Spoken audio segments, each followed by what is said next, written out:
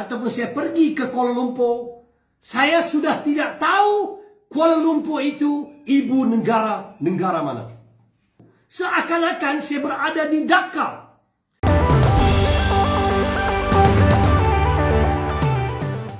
Ya, sebagian warganet tetangga yang terjebak dalam kegagapan berargumen kerap mengatakan orang Indonesia yang dikaitkan dengan Bangladesh. Ketika warganet Indonesia menyebut mereka dengan Malaides, ada yang seperti berbalas pantun dengan ikut-ikutan menyebut Indodes. Padahal secara statistik justru warga negara Bangladesh paling banyak berada di Malaysia.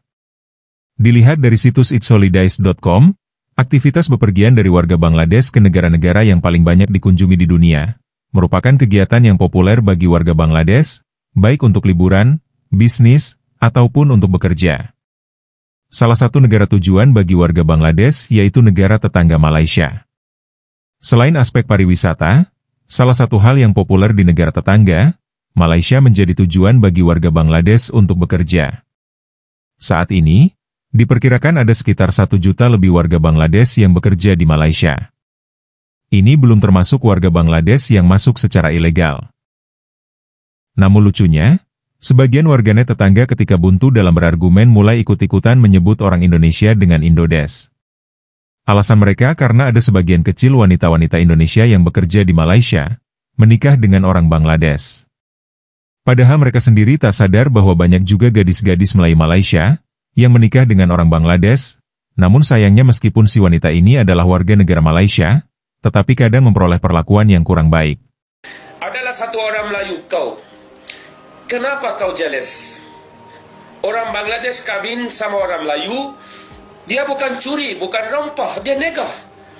Tapi adalah satu orang Melayu kau tu, sama-sama kawan-kawan kau tu, kenapa jealous? Cuba nega, cari rezeki. Jangan tengok rezeki orang lain. Yang tu Allah Subhanahu Wa Taala letak. Bukan rezeki kau, rezeki orang Bangladesh. Orang Bangladesh kahwin sama orang Melayu. Tapi aku nampaknya kau tu jealous sangat. Tengok harta orang, tengok kedai orang, tengok duit orang. Kau tu tak malu ke? Ya, untuk diketahui bahwa ada warga Bangladesh, baru-baru ini diberi gelar Datuk. Namun hal itu menjadi polemik di negara tetangga. Baru-baru ini viral, beberapa orang puak Bangla telah menerima gelaran Datuk walaupun tiada jasa mereka kepada negara. Selepas itu, tular video Bangla ini menerima pingat tersebut yang bukan daripada Yang di-Pertuan Agong atau Sultan Negeri. Di dalam video Bangla tersebut, apa yang dapat difahami dan jika tidak silap, mereka ada menyebut gelaran itu mereka dapat daripada Kelantan. Selepas itu, melalui carian di Google menyebut gelaran Datuk dan Dato' adalah dua daripada gelaran kehormat yang dianugerahkan di Malaysia. Berikut adalah perbezaan di antara mereka.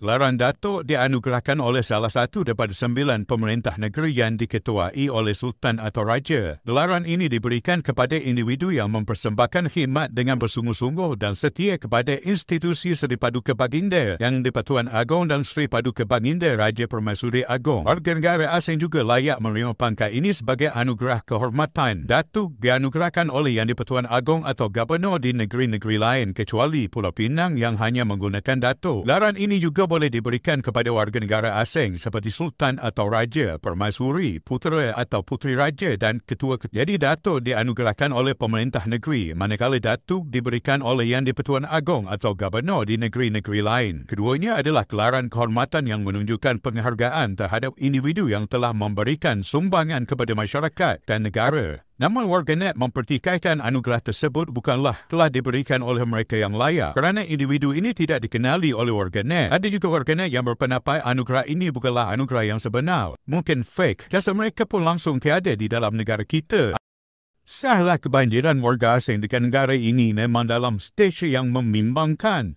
Kalau dulu mereka datang ke sini untuk bekerja di dalam sektor tertentu yang dikhaskan kepada mereka, sekarang mereka dah boleh jadi bos, siap dapat pangkat Datuk ke, Datuk Seri ke. Sebenarnya apa jasa puak ini kepada negara kita? Jasa sebagai usahawan haram pasal bolong selayang. Jasa lari daripada JPJ sebab bawa kenderaan secara haram. Jasa sebab buka kebun secara haram. Jasa sebab berniaga secara haram. Wallahualam. Bangla dapat Datuk. Ini mana punya istana sangkut bagi kat diorang ni. Apa jasa diorang pada negara ni? Ini siapalah punya idea ni?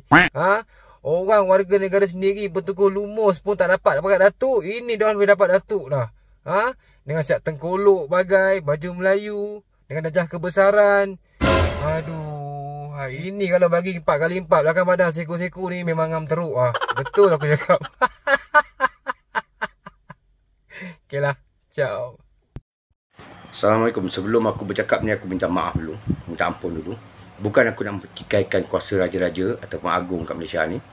Cuma aku nak pertikaikan, nak bertanya, apakah kelayakan seorang Bangladesh warga asing yang yang boleh terima pangkat Datuk?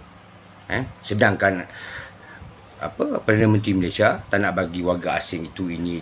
Sekarang ni dah bagi Datuk pula. Nak tahu apa kelayakan diorang ni. Dan ada segelintir Bangla yang buat video kata jealous. Dia kata korang tak, kita ni rakyat Malaysia umpamanya diorang ni rajin kerja. Rafizi Ramli pun tak dapat Datuk.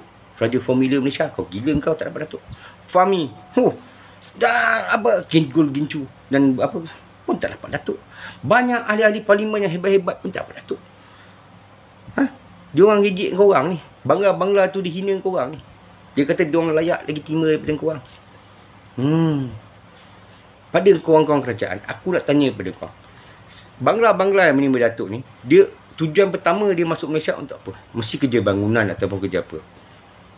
Apabila dia masuk sini dia boleh buka kedai, dia boleh dapat duit, dana dia untuk jadi seorang Datuk. Nak tanya apa bakti dia pada Malaysia ni? Apa sumbangan dia bagi pada Malaysia ni?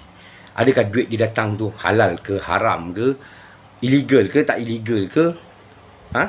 Benda tu dia bayar cukai ke tidak ke?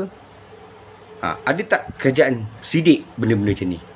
Dan pada Bangla yang nak belagak-belagak ni, aku nak beritahu kau, jangan sampai kita rakyat Malaysia ni datang pijak kau.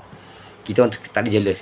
Cuma aku nak pertikaikan, apa kelayakan dia bang? Sedangkan ramai rakyat Malaysia ni, umpamanya ahli di parlimen ni macam Rafizi Ramli, Raja Formula, Fahmi, Golden Gencu tu semua bagai-bagai tu, yang lebih layak aku terima.